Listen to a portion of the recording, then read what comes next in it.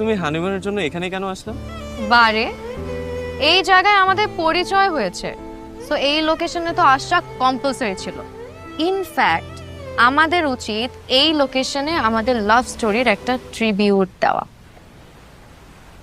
তাহলে কি আমরা সবসময় এখানে আসতে পারবো?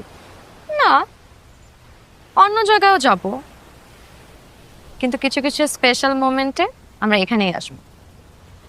স্পেশাল মোমেন্ট যেমন? ফার্স্ট বেবি নেওয়ার পরে বেবি সহ এখানে আসবো।